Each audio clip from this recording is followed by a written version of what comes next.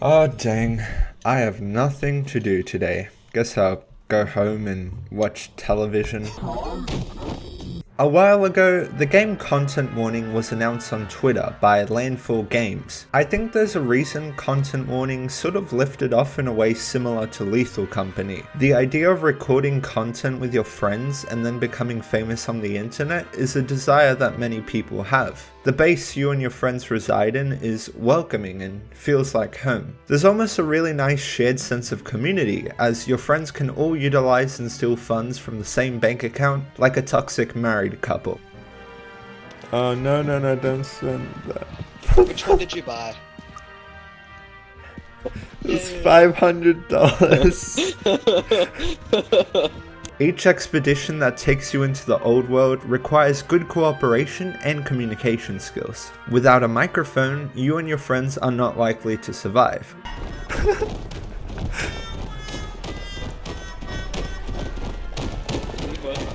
What the fuck is happening? Whether it's a high quality Yeti mic or telemarketing mic. Hello. What the fuck's it lagging? What the fuck? No, what the fuck? Doesn't really matter so long as you have something to use. The state-of-the-art diving bell provides you great security. It can be used to reach the old world, a place filled with dangerous critters of all kinds who have the ability to spit fire and shoot you, but are too afraid to climb stairs, sometimes. Oh, hello? Hello? Oh, fuck. But you're not just here to enjoy the colourful scenery. You're here to explore and capture the strange and interesting monsters via camera footage, getting up close and personal for views. So go out there and have fun and film shit with a camera that resembles the video quality of 2000s era live leak content. A lot of players will start off the game not wanting to inconvenience others with the amateur gameplay, and as a result will usually try exploring the game by themselves when first starting off. In your room you can change your face using the ASCII coding language into something funny with limited creative freedom. You can make something that will either get you cancelled or get a few laughs from some friends, or both. So you play for a bit, use your flashlight, maybe check out your base and die a few times from monsters, but eventually you have enough. You have enough of dying, of not being famous, of going home to your minimum wage job at the local hat shop as your ex-wife makes fun of you for not making enough money for child support payments and goes off with the gardener before spending all your money on party poppers. Views? Okay, 3, 2, 1, go. Yeah. Nice. That's where multiplayer comes in.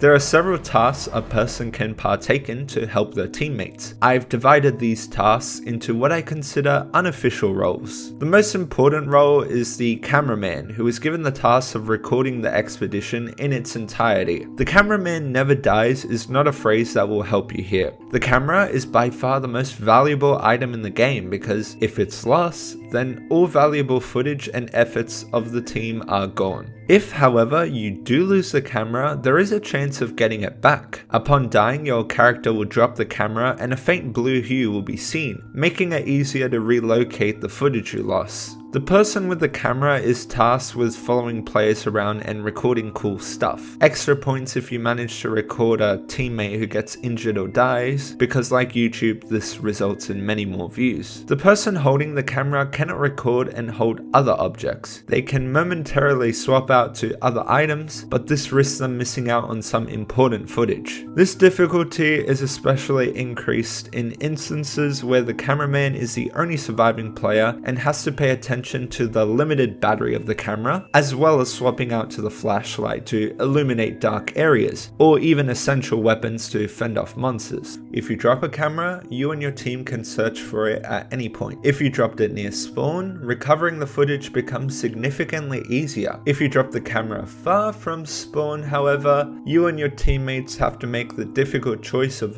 searching the depths of the map to recover the footage at the increased risk of dying again. This risk, if successful, will lead to you and your team gaining 2 videos to help you reach your view quota. It's honestly quite fun strategizing with your teammates who will go and who will stay when it comes to collecting the camera, because you and your teammates only have 3 days to reach the view quota. Do you risk potentially dying and losing yet another day, or do you play it safe and miss out on views? Remember, even if you have reached the quota, obtaining extra views will still result in extra money. The camera once brought back can be used to make a video. In some instances, the video will end up corrupted, only giving you a third of the views required for your quota. This can be somewhat useful if you haven't really recorded anything, but can be a huge problem if you recorded a lot of interesting moments. What I like about this is not even after returning to safety is the tension over, you still need that one small step to be able to progress, utilizing an essential feature that is more unreliable than Adobe. Some have theorized that bumping the camera too much may result in the video failing to extract. Regardless, it's considered a bug, but certainly adds an unexpected surprise element. Now, what if you aren't carrying the camera? What if you want to be useful in other ways? Well, not carrying a camera means you can carry weapons, harm yourself without any fear of losing important footage. Oh my god. And see more clearly without being disoriented by 2 screens. The player can carry a multitude of different and useful gadgets, from flashlights, microphones, clappers, confetti, a flare, a grenade that spits out goo, an incredibly obnoxious sound player that increases the death rate of any party by 74%, a shock stick, and this thing. The legal department is making some really big gestures over there, so I'm just going to move on. We'll get into what these items are some other time, but for theoretical purposes, I'll divide these separate player types into 2 classes, the supporting class and the guard class. The guards are the brave ones of the group, who aren't so scared of horror games to the point they turn their brightness all the way up to 100%. These guys are willing to put themselves in harm's way, stay at the front of the group, and make loud noises diverting monster attention to them. Oh yeah, another cool thing I noticed is if you want to get a monster's attention, simply say something in your mic and the monster will slowly but surely move towards your location. Oh cool. Hello, come this way, can it hear us? Hello, can you hear me? Uh-oh. It can be pretty useful if you're finding it hard to find any monsters for your video, but an absolute pain in the ass if you need to call your teammates whilst being on low health. Anyways, be careful who you choose to lead the way, because you'll need someone with a good sense of direction and who won't voluntarily run into lasers at every instance. Although guards risk a lot, they are quite good at dealing with monsters. Did I mention too that you can find random weapons and items scattered across the map? That's right, at any point in time, finding these items can significantly add to your strategy. During your first exhibition, a lack of funds and weapons reduces the potential to explore deeper parts of the area, due to a high risk of death. However, finding a useful shock stick or flashlight or a sound player can make it so much easier to fend off monsters. I like to imagine that whilst the guards are the most fearless of the team, the supporters are one of the most fearful. Usually I like to play the supporting role, motherly instincts, am I right? They usually stay at the back of the group but are ready to heal, save, or revive their teammates when needed, and it's actually a lot of fun to play as support. Nothing feels better than being quick on your feet and helping out your teammates at crucial moments. It helps a lot for the supporters of the group to understand the various monsters of the game and how they work. This is because monsters can do various amounts of damage and have various movement speeds and patterns, so knowing when to heal and for how long, and knowing when to get the fuck out are useful skills. In the beginning of the game, I would recommend giving the support players flashlights and placing them at the back of the group in order to spot monsters behind that the group can't see. There are 2 healing items in the game that require you to hold them in order for them to be used. The hugger item, which is a manual on how to approach a woman if you're a redditor, and the defibrillator. The hugger item should also be bought immediately since it is incredibly cheap given its benefits. It heals players really quickly by hugging them at the press of a button for a few seconds, whilst the defibrillator is on the more expensive side and has a limited charge but can be used to revive players. Giving both of these to a single player is something I recommend since you won't need to worry about swapping between too many items spread out amongst the group. I'd first like to start off with the most difficult map. The mines. The mines are so confusing and complex with winding tunnels and unsteady structures that the main indicator of where you are is going to be from the lighting found in different segments. White lighting, orange lighting, and blue lighting found from the crystals are noticeable reminders to look out for regarding your whereabouts. Keep track of any rocks blocking your way in the tunnel, since being cornered by a dangerous monster guarantees death.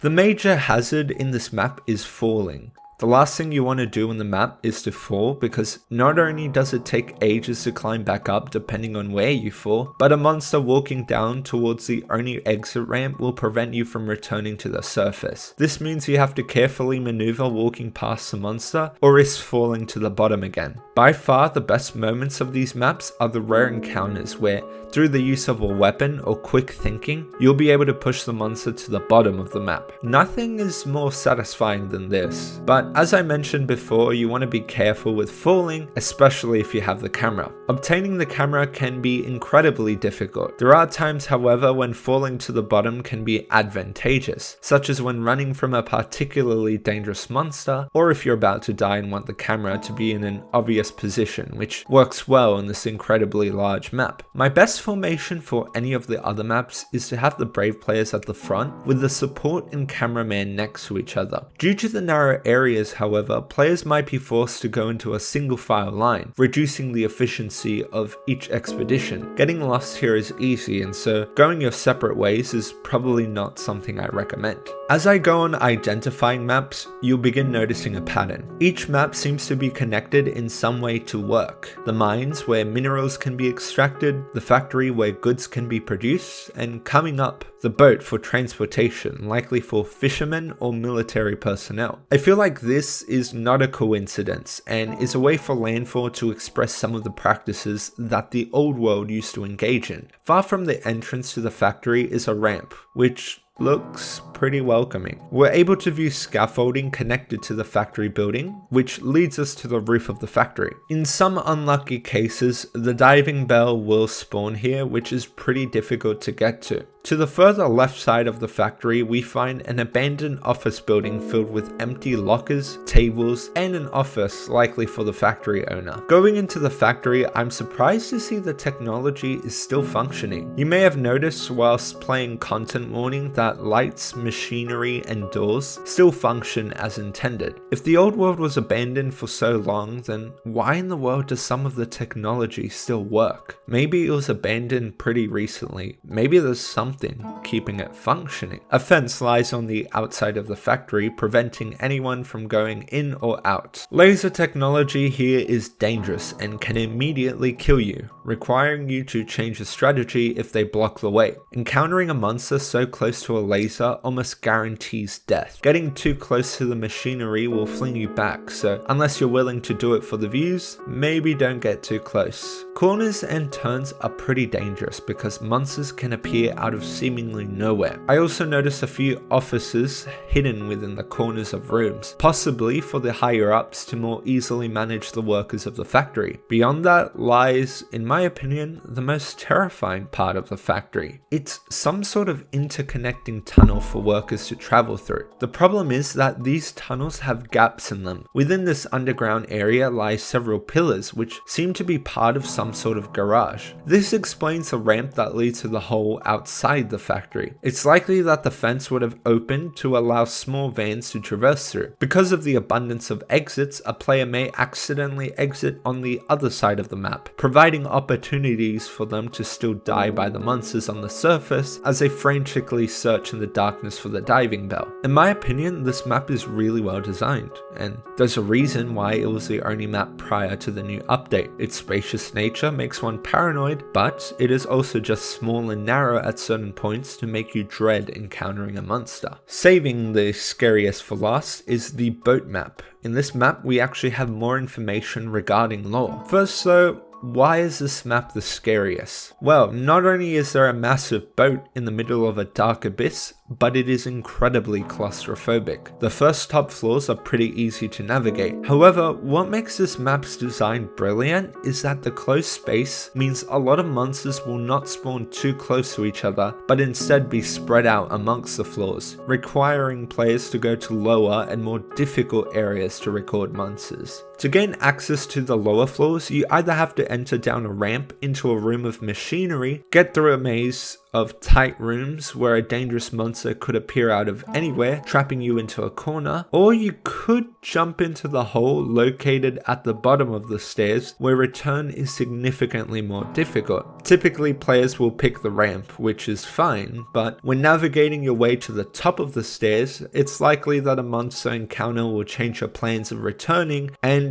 you may have to navigate your way through the tight rooms and loud machinery, where the noises of monsters become more difficult to discern. What further emphasizes your insanity is these outside areas, where you know you're close to the top of the boat. You can see the light from your diving bell, but you still need to re-enter the ship if you want a chance at making it back. Now, in terms of the lore of the ship's design, it's actually quite interesting. At first I thought it was some sort of vacation ship designed for keeping people relaxed with a bar, nice view, and luggages strung about. Then I realized that the stairs gave immediate access to a garage with vehicles as well as dangerous machinery. The seat placement seemed more focused on managing a full capacity of people through efficiency rather than for relaxation. The only design that implies the ship was designed for relaxation are these small cabin rooms. This makes me think that the boat is designed for short-term transportation or may even be a military-owned boat. I also noticed a fire extinguisher, which when we put our avatar next to it, we look pretty small. This makes me think that the characters we play as are quite young. Now, according to the National Weather Service, boats less than 26 feet must carry at least one B1, a type of fire extinguisher. Boats 26 to 40 feet must carry 2 B1 or 1 B2, and boats 40 to 65 feet must carry 3 B1 or 1 B2 and 1 B1. It's safe to say that this boat meets the 40 to 65 feet requirement, so it can be either B1 or B2. Going on a website called Fire Extinguisher Depot to search for fire extinguishers, I found that B1 extinguishers were about 15.25 to 15.50 inches tall, making us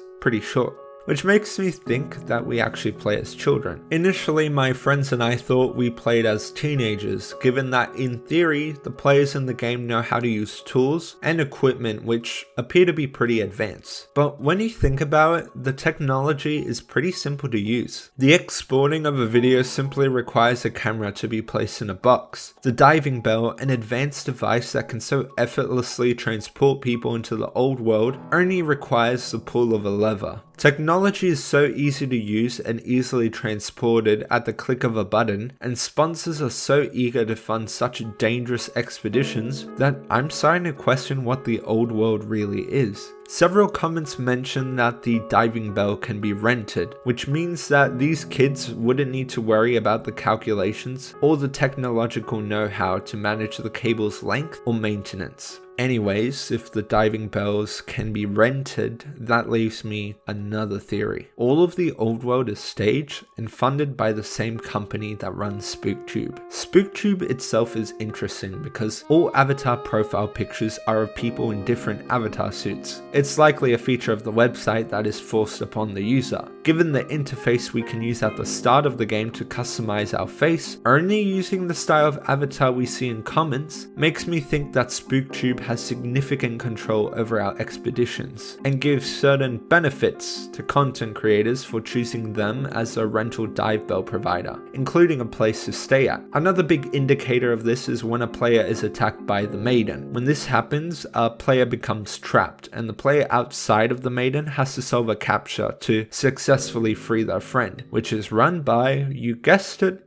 SpookTube. Some of these monsters are not even what I would call biological, seeming to be paranormal or mechanical in nature. I really think that the company SpookTube pays eager content creators with rented out diving bells, sponsorships, free cameras, and a fan base in order for the player characters to promote their website. The streamer, one of the game's enemies, spawns in levels without needing a diving bell of his own. So the question remains, How did he get into the old world? And how does he traverse across different maps? It's simple. The streamer is just a character invented by SpookTube for the player to encounter. It's why his voice sounds distorted, like someone is connecting to the suit from outside the old world. What's up, chat? My name's It would also explain why other monsters can't harm each other or be harmed, either through explosions, falling from great heights, or even why they don't kill or run away from each other. They were designed to be invincible, but also stunned by the technology provided by the same people who made the monsters. This theory also explains why we teleport back without any injury upon dying to a monster, as if there is some sort of process to bring us back. It's unclear whether SpookTube hides a secret, given they quite obviously added a capture system monster with their logo, but if this theory is true, we're just playing into the large recycled system of working for a company that puts tons of creators' lives at risk to record monsters they created, all for some views. To end the video off, what does the game over mean? Upon players failing to reach the quota in time, the game over message appears, telling you that your channel never took off. But after every single line are the words, but then you realize it was all a bad dream. Are we in a perpetual loop, always being forced to continue making content? If so, how would you speculate this could be achieved? The simple video regarding maps has led me down a rabbit hole, and I hope you'll stick around for next episode, which is going to be a lot longer as we cover monsters.